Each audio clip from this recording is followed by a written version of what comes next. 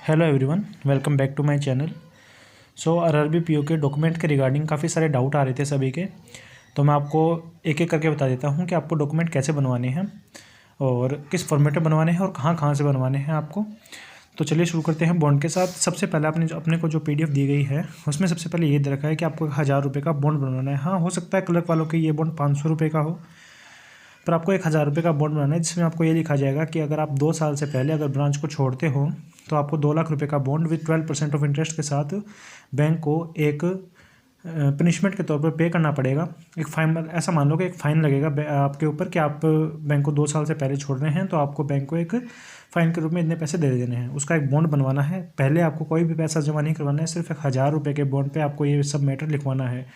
Matter के लिखवाने की भी कोई ज़रूरत नहीं है, जो भी PDF दी गई है हमें उसमें मैटर लिखा हुआ है, बस वो वाली सेम फॉर्मेट दिया गया है उसी को 1000 रुपये के स्टाम्प पे बस एक प्रिंट करवा के लेके आना है।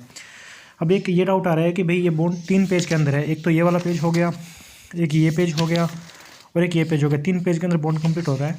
तो सबसे पहले ये जो बॉन्ड होगा वो ऊपर 1000 रुपये की स्टाम्प लगेगी, उसके अंदर ये वाला बॉन्ड आ जाएगा।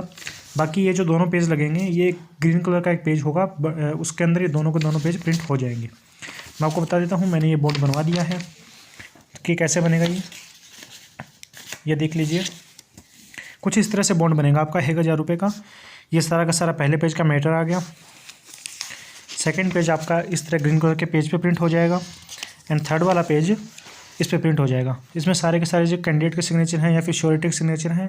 आप ये रखिएगा कि जो भी ये डॉक्यूमेंट, जो भी ये जो ब्लैंक दिया गया है वो वहाँ पे मत भरें। आप घर पे आके आराम से तसल्ली से भरना है। क्योंकि अगर आप उनसे भरवाएंगे या फिर वहाँ जाके जल्दीबाजी में भरेंगे, अगर कुछ एरर हो गया नाम के अंदर, तो हो सकता है भी इन फ्यूचर कोई दिक्कत आ जाए।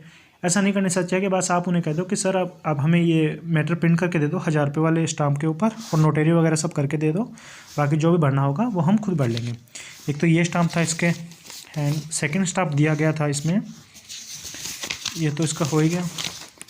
सेकंड स्टाम्प ये दे रखा था कि आपको 50 रुपये के स्टाम्प पे ये 1 रुपये लिखवाना है। ये सारा का सारा बस यही है। उसमें कुछ पॉइंट दिए गए हैं कि मैं भारत का नागरिक हूँ या फिर मेरे खिलाफ कोई भी मुकदमा नहीं है और मेरी जन्मतिथि ये है, मतलब सारा कुछ बता रखा था। ये आपको बनाना है 50 रुपये के स्टाम्प पे। ये साफ साफ लिखा रखा जो भी नोटराइज होना चाहिए।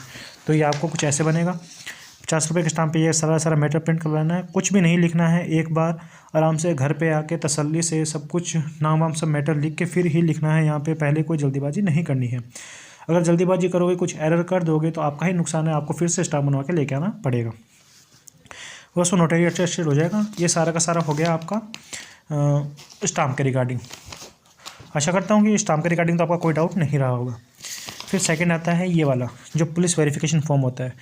पुलिस वेरिफिकेशन फॉर्म में क्या है कि आप जिस भी स्टेट के अंदर हैं वहाँ में जो भी आपका डिस्ट्रिक्ट है, जैसे कि मेरे केस में मेरा डिस्ट्रिक्ट चूरू है, तो मुझे चूरू हेड ऑफिस से ये बनवाना था। पर आजकल क्या हो रखा है, तो ये ऑनलाइन हो रखा है। आप एक अपने मित्र पर जाइए, मित्रा पर जाके उन्हें कहिए कि भाई मुझे पुलिस वेरिफिकेशन रिपोर्ट चाहिए, तो वो आपसे करीबन 300 रुपये लेगा, जिसमें से 260 रुपये कुछ रसीद कटेगी और वो आपके फॉर्म को ऑनलाइन जो आपके डिस्ट्रिक्ट हेड ऑफिस है वहाँ पे भेज देगा। जैसा कि मैंने करवाया था, ये 2 दिन पहले मैंने भेजा था चूरू, मेरे मतलब हेड ऑफिस के अंदर भेजा था। वहाँ से वेरीफाई होकर फॉर्म हमारे जो लोकल पुलिस थाना है वहाँ पे आ गया। वहाँ पे मुझे वेरिफिकेशन के लिए बुलाया गया। वहाँ पे मेरे 2 या 3 ID के डॉक्यूमेंट लिए गए, फ़ोटोकॉपी ली गई और 2-3 जगह साइन करवाया गया और उन्होंने कहा कि 2 दिन के अंदर अंदर आपका जो पुलिस वेरिफिकेशन करेक्टर सर्टिफिकेट है वो जारी कर दिया जाएगा। आप फिर से अपने ई-मित्रा साइट पर जाके वहाँ से प्रिंट निकलवा के उसे यूज़ कर सकते हैं। और जब मेरा ये बन के आएगा तो मैं आपको दिखा भी दूंगा कि किस फॉर्मेट बनता है। पर जो तरीका है बनाने का वो बता दिया मैंने आपको। अपने डिस्ट्रिक्ट हेड ऑफिस में जाके, डिस्ट्रिक्ट हेड ऑफिस जहाँ भी है उससे ई-मित्रा में जाके आपको ऑनलाइन उसकी रिपोर्ट सबमिट करनी है। वहाँ से फिर वो आपके आएगा लोकल थाना पुलिस में। लोकल थाना पुलिस में आपको इंक्वायरी के लिए बुलाएंगे। फिर उसके 2 दिन के बाद आपका ये करेक्टर सर्टिफिकेट बन के हो जाएगा तैयार। ठीक है। उसके बाद आती है मेडिकल रिपोर्ट। मेडिकल रिपोर्ट ये है कि ये मेडिकल रिपोर्ट होनी चाहिए चीफ मेडिकल हेल्थ ऑफिसर से। वही सेम बात, आपके डिस्ट्रिक्ट में जो भी हॉस्पिटल है वहाँ पे जाके नॉर्मली यही कहिए कि मुझे जॉब के लिए मेडिकल करवाना है। वो आपका ये फॉर्मेट देखेंगे और जो भी टेस्ट लिख रखे होंगे वो सारे के सारे टेस्ट कर देंगे और लास्ट के अंदर जो भी मेडिकल ऑफिसर होगा वो यहाँ पे अपनी स्टाम्प लगा के साइन करके इसे वेरीफाई कर देगा कि हाँ मेडिकल रिपोर्ट इसकी हो चुकी है। इसमें भी कोई ज़्यादा ऐसा नहीं है कि बहुत ज़्यादा कोई प्रॉब्लम आई करवाने के अंदर, सिंपल सी प्रोसेस है, ये भी आराम से हो जाएगी। फिर आती है रेफरी की रिपोर्ट।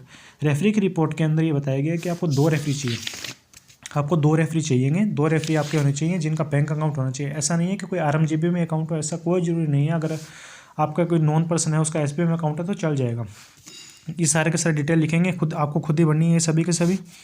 फिर जो भी आपका रेफरी बनेगा उसके यहाँ पे अकाउंट नंबर एंड यहाँ पे नेम ऑफ बैंक और उस रेफरी का सिग्नेचर, यहाँ पे उस रेफरी का नेम एंड जो भी उस रेफरी का पूरा पोस्टल एड्रेस है वहाँ पे सारा का सारा वो लिखना है। यहाँ पे रेफरी का कॉन्टैक्ट नंबर और फिर ये जो रिस्पेक्टिव ब्रांच होगी जहाँ पे रेफरी का अकाउंट होगा वहाँ पे जाके जो भी बैंकर होगा या फिर जो भी मैनेजर होगा उनसे आप उनसे रिक्वेस्ट करेंगे या फिर उनको दिखाएंगे जाके कि भाई ऐसी ऐसी है कि हमारी जॉब लग गई है, रेफरी बनाने के लिए हमें 2 कैंडिडेट को चुना था जिनका बैंक में अकाउंट है, आप इस चीज़ को वेरीफाई करके अपनी सील कर दीजिए इसको। वो अपने यहाँ पे सिग्नेचर करके अपने आप को वो बैंक की मोहर लगा देगा, तो फिर वो ये भी वेरीफाई हो जाएगा। इस तरीके से आपको रेफरी की रिपोर्ट बनवानी है।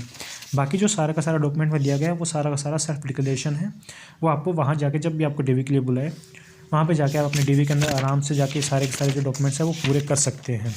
इसके अलावा भी अगर आपको कोई डाउट है डॉक्यूमेंट डीवी के आरआरबी पीओ के डीवी के रिगार्डिंग तो आप मुझे कमेंट कॉलम में कमेंट कर सकते हैं, मैं आपको ज़रूर रिप्लाई करूँगा।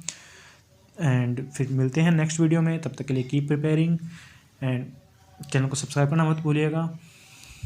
Okay, signing out.